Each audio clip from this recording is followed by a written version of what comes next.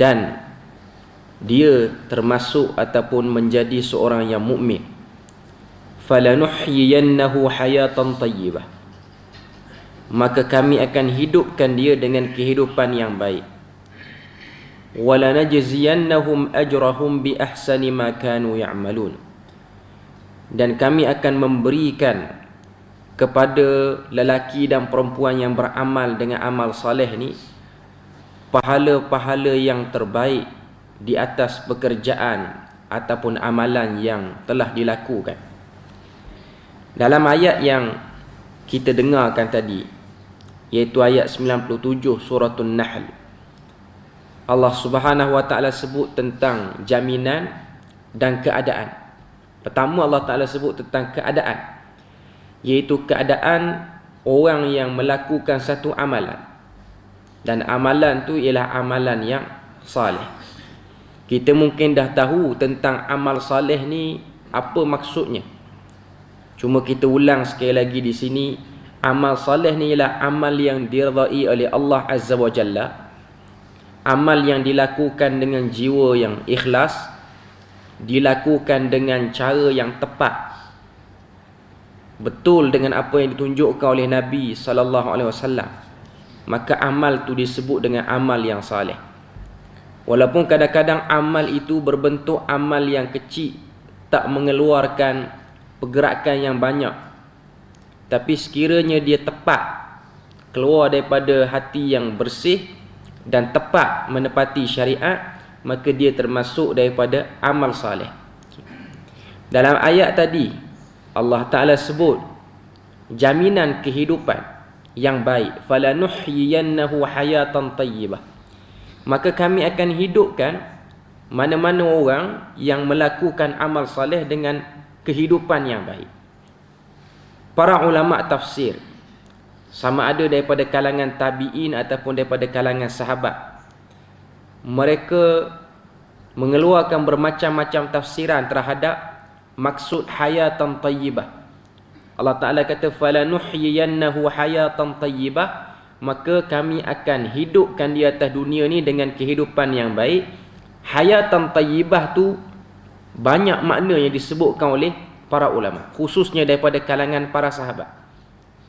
Abdullah bin Abbas radhiyallahu anhuma, salah seorang sahabat Nabi yang Allah Ta'ala berikan kepadanya kelebihan untuk memahami Al-Quran, dia sebut perkataan hayatan tayyibah di sini ialah al-qanaah, iaitu direzekikan, dicampakkan ke dalam orang yang beramal dengan amal saleh ni rasa cukup dengan apa yang dia dapat atas dunia. Dan bukanlah hayatan tayyibah sini maksudnya diberikan keluasan rezeki, terutamanya rezeki yang berbentuk kesenangan, harta benda, tapi direzekikan dengan perasaan yang qanaah. Sebab tu kalau kita tengok, antara rezeki yang Allah Ta'ala beri pada manusia ni ialah rezeki yang manusia nampak dengan bahagian negatif. Antaranya ketakutan, kelaparan, kesedihan. Ni semua benda yang negatif. Lapar, orang tak suka lapar. Orang tak suka kepada takut. Orang tak suka kepada sedih. Tapi dengan kenal dan adanya manusia ni berperasaan dengan perasaan tu, maknanya kita ni boleh rasa lapar. Kita ni ada waktu kita rasa lapar, ada waktu kita rasa sedih, ada waktu kita rasa takut. Kesemua perasaan-perasaan ni menyebabkan kita menghargai perasaan yang lawan bagi perasaan ni. Maksud saya sini, saya nak beritahu, dengan rasanya ataupun dengan kita kenal rasa lapar, menyebabkan kita menghargai rasa kenyang itu. Kalau Allah Ta'ala tak kenalkan kita dengan lapar, dan kita ni hanya kenal kenyang saja, kenyang itu kadang-kadang tak disedari, bahkan mungkin dipandang dengan pandangan remeh. Sama juga dengan kesedihan dan juga ketakutan. Kita tidak akan menghargai kegembiraan dan juga keadaan-keadaan yang menyeronokkan. Jadi nak sebut pada kita, itu ialah bagaimana yang disebut sebagai qanaah. Sebab ayat ni sebahagian para ulama sebut ianya khusus kepada para sahabat, walaupun hakikatnya ayat ni ialah ayat yang umum, Sebab Allah Ta'ala sebut man amila, sesiapa saja yang beramal. Ada sebahagian ulama mengatakan sesiapa di sini merujuk kepada generasi terbaik, iaitu para sahabat. Sebab mereka lah orang yang telah beramal dalam keadaan mereka ni diuji dengan berbagai-bagai ujian. Mereka kena pembantaian, terutamanya yang bersama dengan Nabi pada peringkat awal dakwah Nabi. Mereka kena teruk macam-macam, tapi mereka kekal dalam perasaan ataupun dalam keadaan beriman. Walaupun mereka dipukul, walaupun ada sebahagian mereka dianiayai, tubuh badan mereka cedera dengan sebab nak mempertahankan agama, tapi mereka tu Allah Ta'ala jadikan hayatan tayyibah. Zahir mata melihat kesian, tapi mereka tak rasa sedih dan mereka tak rasa tertekan. Bahkan mereka merasakan kemerdekaan pada jiwa. Sebab tu kalau kita tengok Bilal bin Rabah, ketika mana ditanya oleh para sahabat, bila mana dia dihempak batu atas dada dia, setelah tuan dia tahu dia ni peluk Islam. Zahir mata melihat orang-orang yang tengok pada waktu tu Bilal menanggung kesakitan. Tapi bila mana Bilal cerita kepada sahabat-sahabat lain, Bilal kata memang zahir badanku sakit. Zahirnya memang badan sakit. Tapi apa yang puas bagi dia ialah dia boleh ekspresikan kepada orang lain bahawasanya dia tak setuju dengan apa yang dilakukan oleh orang-orang lain yang mungkin lebih senang pada dia, termasuklah tuan dia. Yang mana tuan dia tu mengiktiraflah penyembahan berhala. Bilal ni dia tak iktiraf penyembahan berhala, dia iktiraf tauhid. Dia tak terima syirik, walaupun dia kena teruk, sebab dia berada pada kumpulan yang berbeza dengan majoriti pada waktu tu. Jadi nak sebut pada kita, nikmat boleh mengekspresikan apa yang kita rasa lega dengan benda tu. Walaupun kita kena balasan di atas apa yang kita ekspresikan. Contohnya kita ada satu kefahaman, kita tak bersetuju dengan apa yang dilakukan oleh orang ramai, dan kita tak setuju tu ada alasan kukuh daripada hujah Al-Quran ataupun daripada hadis Nabi. Dan orang semua tahu apa yang kita pegang tu berlawanan. Tapi dengan sebab kita dah sebutkan pendirian kita, walaupun kadang-kadang kita lalu mana-mana tempat, orang cemuh kita, ni geng fahaman lagu ni. Tapi ekspresi dah tahu benda tu benda yang betul, walaupun dicemuh. Itu juga disebut sebagai hayatan tayyibah. Dan orang yang dapat benda ni, Allah Ta'ala kata wala najziyannahum ajrahum bi ahsani ma kanu ya'malun. Kami akan beri kepadanya balasan, yakni balasan pahala yang tak digambarkan ataupun tak mereka sangka. Dan Quran kata bi ahsan, sebaik-baik balasan ma kanu ya'malun, terhadap apa yang telah mereka lakukan ataupun sedang lakukan. Perkataan ya'malun itu kalau kita tengok dalam bentuk kata kerja berterusan, nak sebut pada kita mungkin yang melakukan amalan ni dah pun meninggal dunia, tapi Quran gambarkan orang yang amal saleh ni, walaupun amalan dia tu dah habis dengan sebab habis umur dia, dia seakan satu benda yang hidup dan satu benda yang berterusan. Sebab tu para ulama sebut, bahkan ada hadis Nabi, walaupun hadis ni taklah sampai pada darjat sahih, tapi Nabi sebut pada kita, antara sebab seseorang tu boleh keluar daripada dirinya zuriat yang baik. Macam mana nak keluar zuriat yang baik? Orang yang hidup tu ataupun dia tu sebagai ayah ataupun sebagai ibu, dia yang beramal dengan amal saleh, maka akan keluarlah daripada zuriatnya zuriat yang beramal dengan amal saleh. Maka akan keluar lepas daripada tu cucunya, cicitnya, semua sekali beramal dengan amal saleh. Dengan sebab dia buat amal saleh tu, Allah Ta'ala akan beri kemuliaan kepadanya, akan keluar daripada zuriat tu yang beramal dengan amal saleh. Walaupun kadang-kadang dia tak tekan sangat, tapi dengan sebab dia dah beramal dengan amal yang saleh yang Tuhan nak. Sebab tu antara benda yang kita kena buat untuk memastikan generasi muda ni jadi baik ialah kita dulu kena jadi baik. Itu memang caranya, tidak ada lagi cara lain. Sebab ada orang dia fikir, dia bimbang, macam-macam dia fikir. Tak nak hantar anak keluar negara sebab takut luar negara tu ganggu dia macam-macam. Okay.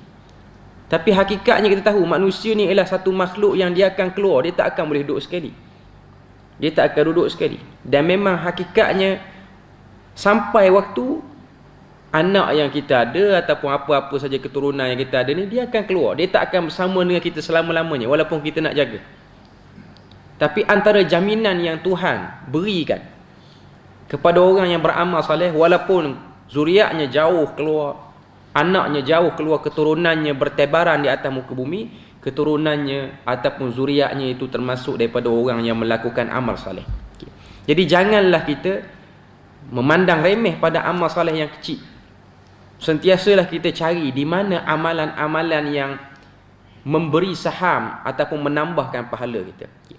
Jadi saya nak kongsikan kepada muslimin muslimat yang ada sekalian ni satu hadis yang diriwayatkan oleh Al-Imam Muslim. Yang mana hadis ni diriwayatkan daripada sahabat yang bernama Abu Hurairah radhiyallahu anhu. Kata Abu Hurairah, "Anna imra'atan sauda'a kanat taqummul masjid aw syaban fafaqadaha Rasulullah sallallahu alaihi wasallam." Kata Abu Hurairah, dia kata sesungguhnya di masjid Nabi, yakni Masjid Nabawi itu, ada seorang wanita yang berkulit hitam, imra'atan sauda kanat taqummul masjid. Yang mana perempuan berkulit hitam ni kerja dia apa? Berkhidmat dengan membersihkan masjid Nabi. Syak daripada perawi hadis ni, sebab ada sebahagian riwayat dia sebut syaban, seorang pemuda. Cuma riwayat Imam Muslim dia kata imra'atan, perempuan. Maknanya kita akan jumpa riwayat yang kata lelaki ataupun ada riwayat kata perempuan. Tapi poin yang sama ialah imra'atan aw syaban sauda, perempuan ataupun lelaki yang berkulit hitam. Kerja dia apa? Taqummul masjid. Taqummul masjid ni maksudnya dia bersihkan masjid. Apa saja ada kotoran dalam masjid, dia bukan hanya sapu masjid, sapu sampah. Apa saja yang orang kata apa boleh menampakkan ketidakbersihan masjid tu, dia akan bersihkan. Bukan hanya sapu, sebab dia ada orang dia sapu je tapi tak bersih pun masjid, dia sapu saja. Sebab dia tahu tugas dia sapu masjid. Okay.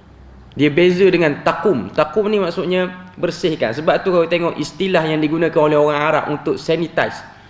Sanitize dalam bahasa Arab ni maksudnya takum.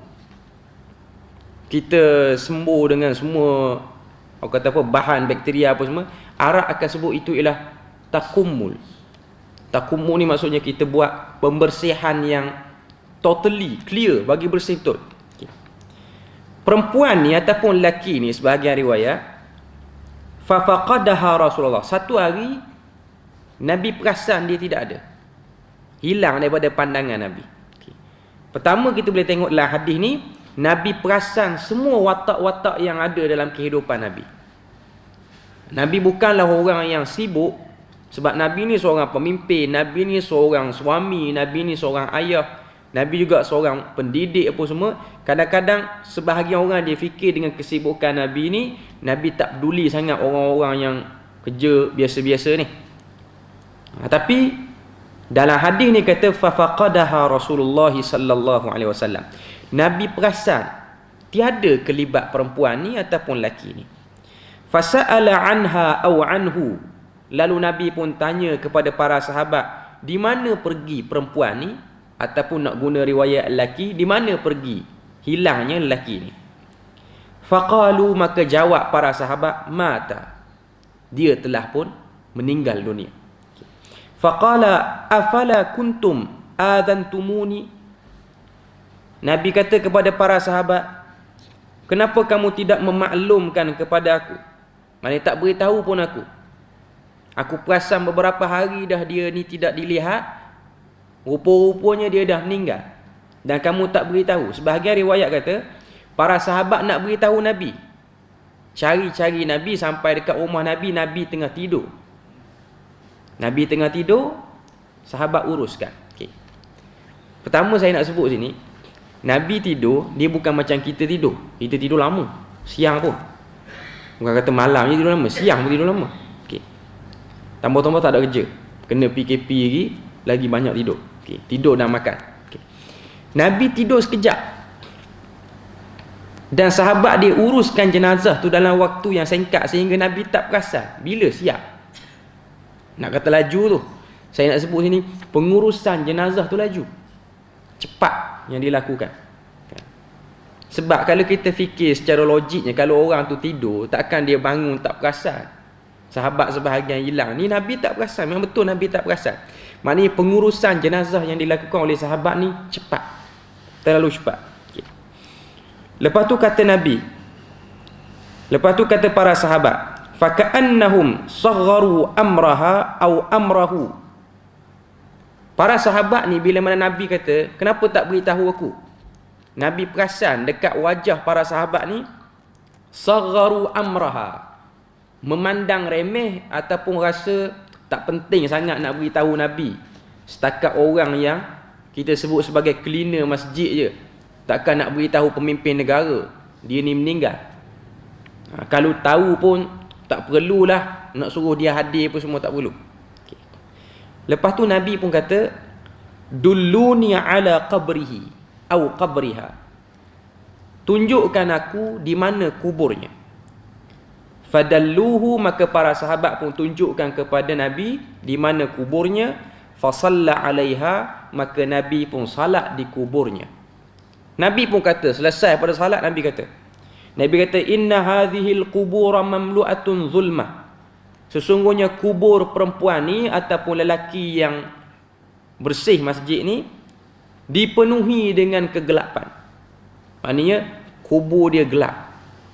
Wa inna Allah azza wa jalla yunawwiruha, dan Allah Ta'ala telah memberikan cahaya bi salati alaihim, dengan sebab salatku ke atasnya. Nak sebut pada kita bahawasanya ini antara tingginya perhatian Nabi. Kita tengok ulasan yang disebutkan oleh para ulama. Pertama yang disebutkan sini, perhatikan hadis ini, bagaimana Rasulullah menghargai usaha kecil setiap manusia. Maknanya Nabi ni dia perasan. Nabi perasan orang yang kerja dia tak penting sangat. Dia bukan join perang pun. Dia pun bukan beri idea untuk taktikal perang, dia tak bagi. Dia hanya seorang yang duduk di masjid dan dia bersihkan masjid. Okay. Sekalipun dia ni seorang cleaner masjid saja, Rasulullah melihat peranan dia besar. Sebab Rasulullah perasan dan tahu kewujudan dia. Walaupun Rasulullah ni tidaklah orang kata apa beri perhatian pada dia 100%, tapi Nabi tu perasan. Tapi kau tengok dalam banyak riwayat, Nabi ni bila mana dia berinteraksi dengan mana-mana orang, orang akan perasan Nabi ni dia appreciate orang tu. Nabi ni bila mana dia berinteraksi dengan orang, orang akan rasa Nabi bukan bercakap sekadar melepaskan batuk di tangga, bukan. Nabi bercakap dengan serius sehingga orang tu rasa Nabi ni sangat take care terhadap dia. Ini berdasarkan bukti yang disebutkan oleh seorang sahabat yang bernama Amru bin Al-As. Amru bin Al-As ni kalau kita tengok, dia masuk Islam lambat. Dia masuk Islam tahun ke-7 Hijrah, dekat-dekat dengan pembukaan kota Mekah. Pembukaan kota Mekah tahun ke-8 Hijrah. Okay. Dia masuk Islam lagi lewat berbanding anak dia. Anak dia lagi awal masuk Islam, Abdullah bin Amru bin Al-As. Bila mana dia masuk Islam, Nabi ni suka mendekati orang-orang yang baru masuk Islam. Walaupun Amru bin Al-As dia punya rekod sebelum dia masuk Islam agak teruk terhadap lawan Islam ni. Sebab tu kau tengok bila mana para sahabat pergi ke Habsyah, ketika mana Nabi berada di Mekah selama 13 tahun tu, ada fasa Nabi suruh sahabat pergi hijrah ke Habsyah. Bila mana para sahabat sebahagiannya pergi ke Habsyah yang diketuai oleh Ja'far bin Abi Talib, sepupu Nabi, maka Quraisy telah melantik Amru bin Al-As untuk menjadi wakil, bercakap berunding dengan Ashamah An-Najasyi yang menjadi penguasa kepada Habsyah pada waktu tu, untuk buat balik semula orang-orang Islam yang berlindung di negara tu. Dan kalau kita tengok, Amru bin Al-As dia bukan orang yang sembarangan. Pertama, dia ni punya permusuhan dengan Nabi belum masuk Islam cukup kuat. Yang kedua, dia ni ada pengaruh yang besar. Dia ni orang yang ada jawatan tinggi. Sebab tu kau tengok kerja yang dilakukan oleh Amru bin Al-As ni ialah kerja yang sukar. Maknanya dia kira hardcore punya tugas. Dia satu orang pegawai yang dihantar untuk pergi bercakap dengan An-Najashi. Ejahlah lagu mana pun, kalau boleh nak orang Islam yang berlindung di negara tu, kita buat balik. Okay. Kalau kita baca sirah, kita baca catatan dialog di antara An-Najashi dan juga Amru bin Al-As ialah dialog dalam bahasa ibunda orang Habsyah. Maknanya Amru bin Al-As ni dia bercakap dengan bahasa kawan tu. Dia tak bercakap bahasa Arab, dia tak pakai penterjemah. Dan sebahagian riwayat kata dia pergi usia dia belum sampai 20. Muda dan berpengalaman. Kalau kita tengok Amru bin Al-As ni memang usia dia muda. Dia lagi muda pada Nabi. Sebab tu kalau tengok dalam riwayat, dia ni kahwin umur berapa? Kalau Nabi kahwin umur 25, dia kahwin 12 tahun dia kahwin. Darjah 6 kahwin. Tak sempat daftar tingkatan 1 kahwin dah. Umur 13 dia dapat anak. Nama dia Abdullah bin Amr bin Al-As. Jadi dia beza dengan anak dia tak jauh umur. Jarang orang beza dengan anak ni kurang pada 15 tahun. Dia beza dengan anak dia umur tak jauh. Tapi tak ada lah cerita zaman sekarang orang kahwin umur 12 tahun ni. Cuma saya nak sebut, dia dihantar dan dia boleh, orang kata apa, ada pengetahuan yang luas. Dia boleh bercakap dan dia pandai pujuk Ashamah An-Najashi tu. Tapi takdir Tuhan, dia tak berjaya buat balik. Cuma Ashamah An-Najashi, dia taklah menghalau Amru bin Al-As. Dia masih lagi memuliakan Amru bin Al-As sebagai orang yang banyak buat urusan dengan dia.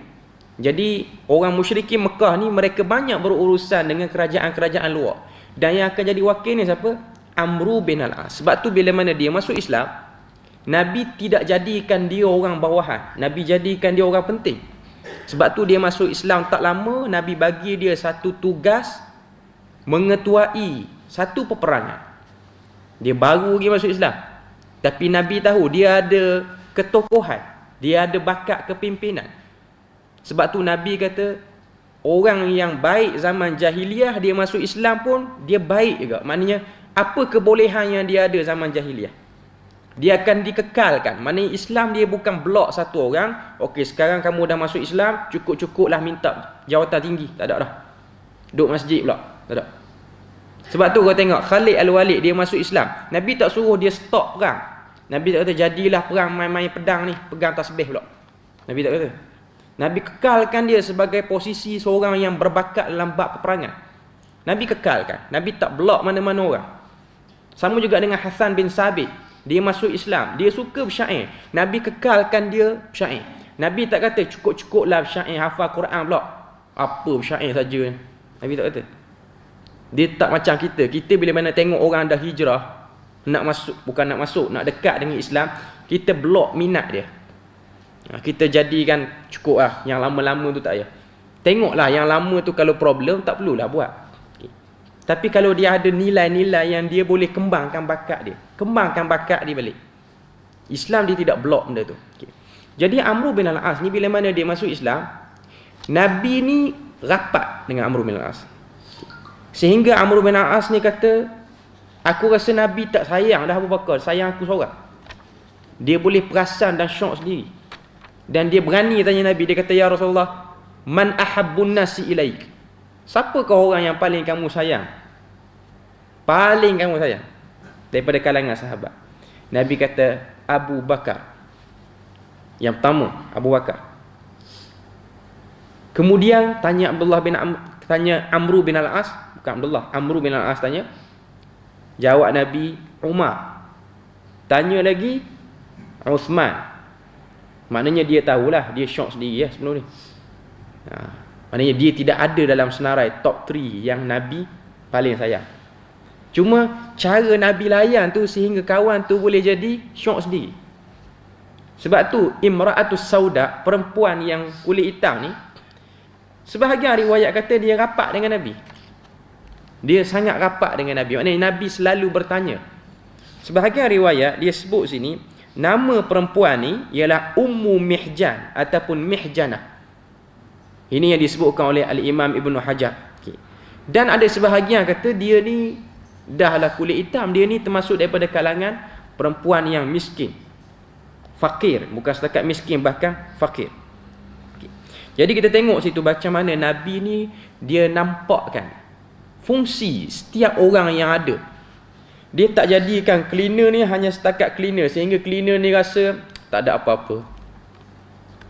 Tapi cleaner tu dia rasa dia ada something untuk agama. Sebab Nabi selalu dekat dengan dia dan Nabi selalu encourage dia untuk sentiasa bersih masjid ni. Dan itulah amal soleh bagi Ummu Mihjanah ni. Saya nak kait dengan ayat yang kita baca awal tadi. Sebab ada orang dia nampak amal soleh ni mesti tulis kitab 30 jilid, lagi tak mati kena tulis kitab. Ataupun beri something pada agama, Islamkan orang dalam kuantiti yang banyak, ataupun tolong orang Palestin yang dijajah oleh Israel hari ni, tak keluar pergi perang, rasa macam tak buat amal soleh lagi. Okay. Amal soleh ni lah benda-benda yang kadang-kadang kita nampak ianya ialah benda yang kecil dan kita duk rasa macam tak mungkin kot boleh masuk syurga kerana benda tu. Sebab kita selalu lihat skop kita ni, kita nampak amalan yang besar, yang meletihkan. Sebab tu kata Abdullah bin Mubarak, kam min amalin saghirin, berapa banyak daripada amalan yang kecil, ianya besar di sisi Tuhan dengan sebab niatnya. Dan berapa banyak amalan yang besar, ianya kecil di sisi Tuhan pun kerana niatnya. Jadi poin di sini nak beritahu kepada kita bahawasanya macam mana Nabi SAW menjadikan orang yang berada di posisi yang paling belakang dalam agama, dia tidak merasakan dia ni hanya memberi 1%, 0.9% dalam agama. Orang tu rasa macam dia memberi 100% saham kepada agama. Okay. Kemudian apa yang disebutkan sini? Sebahagian sahabat tidak mengendahkan kumpulan seperti ini. Maknanya perangai sahabat sendiri pun ada sebahagiannya mereka memang tak peduli sebab mereka sibuk pada benda lain, dan mereka pun mungkin faham macam kita faham, iaitu nak buat amal soleh ni mesti benda yang besar-besar. Namun Rasulullah mendidik kita agar sentiasa prihatin terhadap golongan yang lemah. Oleh itu Al-Qadhi Iyad menjelaskan bahawa inilah sikap Nabi yang sentiasa menjaga perihal kumpulan yang lemah dan miskin. Ia menggambarkan sikap tawaduk, rahmah dan prihatin yang perlu dimiliki oleh setiap pendakwah. Okay. Nak cerita pada kita bahawasanya ini di antara benda-benda yang ada pada diri Nabi.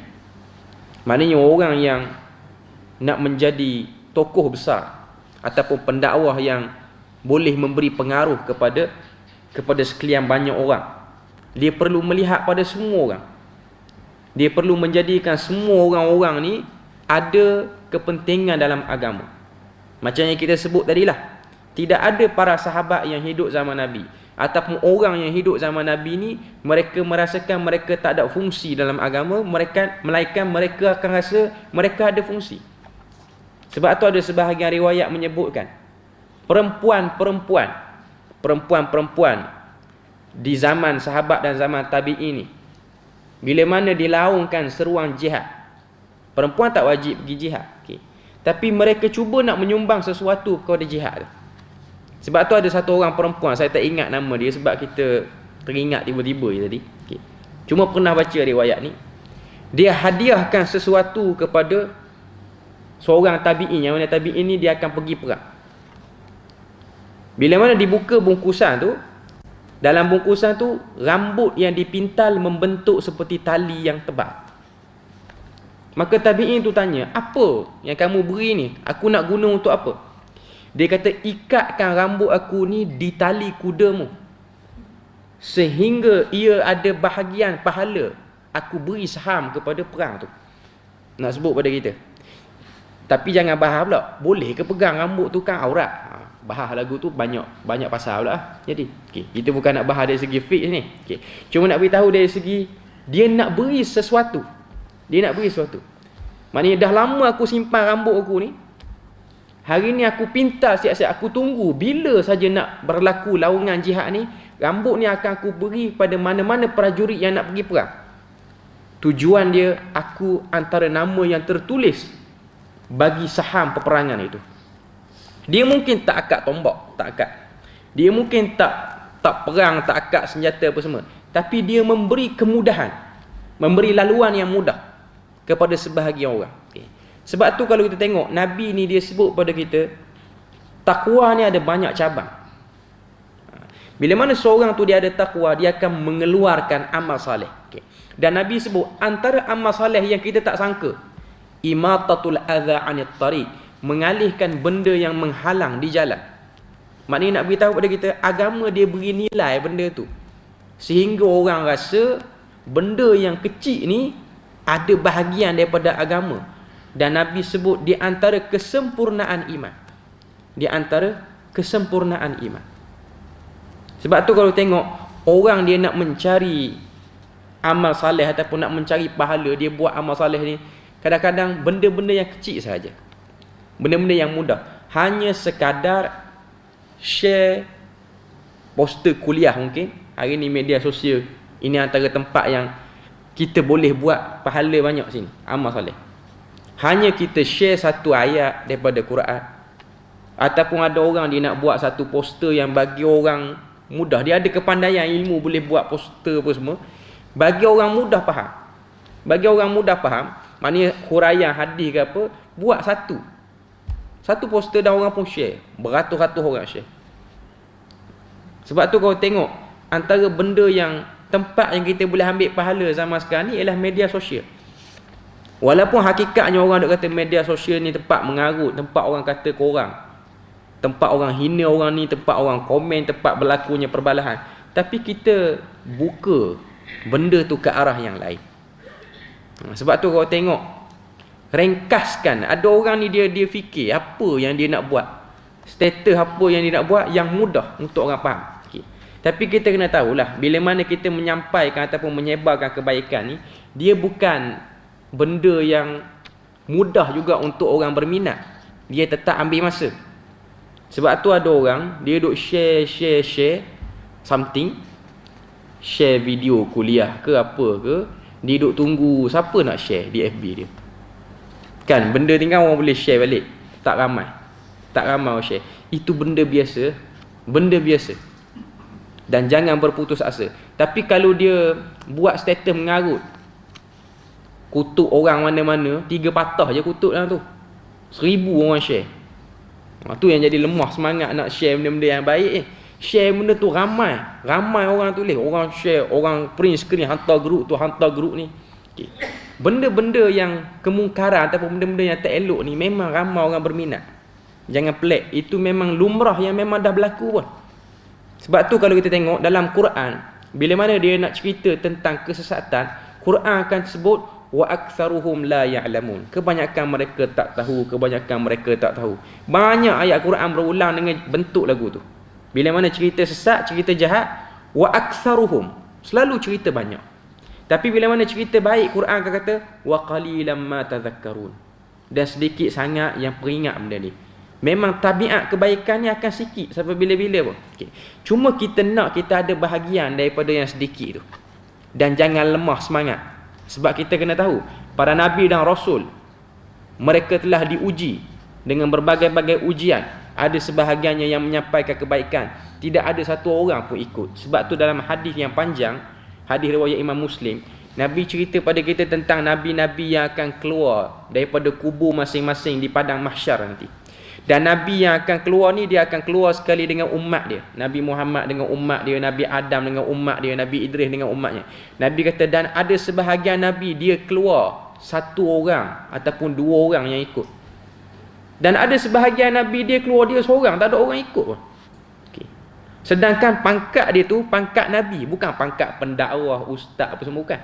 Pangkat dia pangkat Nabi, dan tidak ada orang ikut. Nak sebut pada kita bahawasanya la tahqiranna minal ma'ruf syai'a.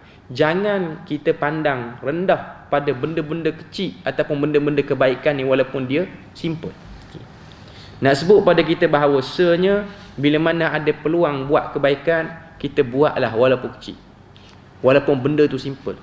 Walaupun benda tu orang kadang-kadang nampak tak buat pun tak apa. Sebab zaman sekarang ni orang tak sibuk ke arah tu. Tapi kita usahalah nak buat. Antara contoh-contoh, ni saya nak sebut yang terakhir. Contoh-contoh amal kebaikan yang kita tak perasan. Pergi mana-mana, mesin ATM ke ataupun deposit money ke, rosak, kita tengok orang beratur panjang, kita beritahu mesin tu rosak. Benda tu simple. Saya beritahu ni sebab saya pernah kena. Kita beratur panjang, okay. 5 orang depan saya tu, dia memang tak boleh keluar duit pun. Tapi dia tak paling pun beritahu mesin rosak, tak beritahu. Belakang tu lebih pada 15 orang duk beratur. Okay. Maknanya yang duk depan saya ni dah 5 orang. Dia cucuk, tak boleh. Dia selesai cucuk, dia tak beritahu, dia keluar. Lepas tu kawan yang kedua pula, yang ketiga, yang keempat. Sebab tu saya tengok semua cepat. Sampai dekat saya tu memang mesin tu dah tak ada duit dah. Tapi nak kata bertuahnya 5 orang tu tak beritahu. Sampai dekat kita baru kita tahu. Dan belakang tu ada orang pegang tongkat apa semua, duk beratur, naik tangga tinggi pula bank tu. Tapi bukan di Perlis lah, negeri lain. Okey. Ni cerita lama. Okey. Cuma saya nak kata orang dah habis masa, ada orang duk tunggu takut kena saman dengan majlis bandaranya apa semua sebab parking tak betul, sebab nak ambil duit apa semua. Sebahagian orang dia kehidupan manusia hari ni. Okey. Dia tak peduli sangat benda tu. Okey. Mungkin dalam hati dia kata, alang-alang aku cocok tak keluar duit, aku nak bagi dia yang belakang pun rasa. Dia tak pasal-pasal nak cari pasal dengan orang. Okay. Dia ada perasaan seperti itu. Okay. Padahal benda tu benda yang simple. Hanya just beritahu saja. Beritahu pada orang, orang pun bersurai. Maknanya orang pun dah tak beratur, orang pun carilah bank lain. Cuma nak beritahu ada orang yang dia nampak, tak payah beritahu, apa benda tu bukan penting pun. Okay. Jadi nak beritahu dia, itu juga bahagian daripada amal soleh yang kadang-kadang kalau kita balik kepada Tuhan, kita perasan itu bahagian kebaikan yang Tuhan nak nilai. Jadi itulah benda yang kalau kita tengok sebahagian daripada bab-bab kebaikan. Dan saya nak sebut sikit lagi contoh kebaikan ni. Dia ada satu hadis, tapi hadis ni saya tak mau baca panjang, saya nak cerita ringkas je. Seorang lelaki nama dia Zulkafli. Zulkafli ni, hadis ni riwayat Imam Bukhari. Dalam kitab Sahih Bukhari ada. Abdullah bin Mas'ud, sahabat Nabi yang riwayat hadis ni, dia kata kami dengar hadis ni 7 kali daripada Nabi. Nabi duk ulang, banyak kali Nabi ulang. Dan kata Abdullah bin Mas'ud, tidak. Sebenarnya kami dengar pada Nabi 9 kali. Lepas tu dia kata sekali lagi, mungkin lebih pada 9. Maknanya Nabi banyak kali ulang cerita ni. Cerita seorang lelaki Bani Israel, kita nak tutup dengan cerita ni. Okay. Nama dia Zulkafli. Lelaki di zaman Bani Israel, maknanya zaman yang awal lagi pada Nabi. Zulkafli ni siapa? Tidak ada kejahatan yang orang sebut jahat atas dunia ni melainkan dia pernah buat. Dia orang jahat lah. Dan dia ni Allah Ta'ala rezekikan dia ni kaya. Walaupun dia jahat, dia kaya. Dalam keadaan dia jahat dan dia tu kaya, dia ni menjadi tempat bagi masyarakat di zaman tu. Kalau mereka tak ada duit, mereka akan pinjam dengan Zulkafli. Jadi dia ni macam alung lah juga, bagi pinjam kat orang duit. Macam alung, macam ceti apa semua. Cuma dia akan peras mangsa yang pinjam dengan dia duit. Kalau lelaki, dia akan gandakan bayaran. Maknanya dia akan letak riba. Kalau perempuan, riba dan kena tidur dengan dia. Itu yang dia minta. Ada seorang perempuan salihah. Dia ni ada masalah. Allah Ta'ala uji ayah dia ataupun mak dan ayah dia tu sakit. Bila mana ayah dia ni sakit, dia tak tahu nak minta bantuan siapa. Dia tanya orang nak minta dengan siapa bantuan. Orang semua kata tak ada orang lain melainkan Zulkafli. Dia dengan berat hati dia pergi rumah Zulkafli. Dia pun beritahu pada Zulkafli nak pinjam 60 dinar. Sebab nak buat urusan banyak lah. Okay. Zulkafli kata aku boleh bagi 60 dinar dengan syarat kamu malam ni kena mari rumah aku tidur. Okay. Dia ni salihah. Dia orang yang perempuan yang baik lah, perempuan yang buat ibadah, banyak buat ibadah apa semua. Okay. Jadi dia dengan berat hati dia setuju. Dia ambil 60 dinar, dia lunaskan semua benda yang dia perlu lunaskan pada siang hari. Malam dia pergi rumah Zulkafli. Zulkafli tengok dia, Zulkafli pun sebut, okey masuk dalam kawasan ni. Maknanya masuk dalam bilik tu. Bila mana Zulkafli biarkan dia dalam bilik, Zulkafli pun masuk, Zulkafli pun tengok. Dalam riwayat hadis tu kata, bila mana dua-dua orang ni duduk seperti mana duduknya suami dan isteri. Maknanya kedudukan yang sangat-sangat rapat lah pada waktu tu. Okay. Maknanya hampir nak melakukan hubungan yang terlarang. Tiba-tiba perempuan tu menangis. Menangis yang luar biasa. Zulkifli jadi stres dengan tangisan dia. Dan perempuan ni sebut, inni akhafullah, aku takut pada Allah Ta'ala, aku takut pada Allah Ta'ala. Sebutnya tu. Zulkifli pun tanya, Allah tu apa dia? Yang kamu duk kata takut sangat Allah tu. Jahilnya Zulkifli ni, Allah pun tak tahu apa. Nak cerita, dia tu Bani Israel. Bani Israel ni kira kaum yang ada Nabi. Tapi betapa jahilnya Zulkifli ni, Allah pun tak tahu apa. Perempuan tu pun kata, Allah itulah Tuhan yang menciptakan aku dan kamu. Allah itulah Tuhan yang akan memberi balasan baik pada aku dan kamu, dan akan mengazab bagi orang yang melakukan kejahatan, sama ada daripada aku ataupun kamu. Tiba-tiba Allah Ta'ala nak beri hidayah pada Zulkifli. Dia rasa macam hari ni baru dia tahu benda tu. Akhirnya yang menangis berpindah pada Zulkifli pula. Ni nak kata tentang keajaiban hidayah Tuhan. Dia menangis. Dia kata pada perempuan tu, dia kata, baliklah kamu dan 60 dinar tu aku bagi je. Aku tak kira hutang. Okay. Dia menangis sepanjang malam. Dia baru sedar dia jahil. Dia baru sedar dia ni orang yang banyak buat jahat. Dengan sebab dia menangis, dia jadi sebab, dan akhirnya riwayat sebut dia meninggal di pagi hari. Pagi tu dia meninggal. Dia mati. Okay. Allah Ta'ala utus satu orang malaikat. Malaikat tu turun ke muka bumi, lalu di hadapan rumah Zulkifli, dan malaikat tu kata, hadzal rajul, lelaki ni min ahli jannah, daripada ahli syurga. Saya nak kata apa? Dia tak buat amal besar pun, solat pun tak sempat. Tak tahulah dia ni daripada orang kata apa, umat Nabi mana. Okay. Cuma nak sebut dia ada satu bahagian, iaitu dia, Allah Ta'ala jadikan dia tu rasa tersentuh bila mana sebut benda tu. Itu pun bahagian daripada amal soleh. Bahagian daripada amal soleh. Dan dia bukan daripada kalangan ahli ibadah. Kata Abdullah bin Mas'ud, kami dengar Nabi sebut cerita ni 7 kali, 9 kali, bahkan lebih. Nabi dia ulang selalu. Nak tunjuk pada kita apa? Jangan rasa takjub dengan amal soleh yang dah banyak buat. Dan jangan rasa hina orang yang tak pernah buat amal soleh tu. Jangan hina orang pula. Okay. Sebab kita tak tahu pengakhiran ataupun hujung usia kita, Tuhan tutup macam mana. Tapi yang penting, jangan kita meremehkan segala kebaikan yang boleh kita buat. Jadi itulah sedikit sebanyak perkongsian kita pada pagi ini. Moga Allah Ta'ala jadikan kita orang yang sentiasa melakukan amal yang saleh. Dan setakat itu saja perkongsian kita. Subhanakallahumma wa bihamdik, asyhadu an la ilaha illa anta wa astaghfiruka wa atubu ilaik. Assalamualaikum warahmatullahi wabarakatuh.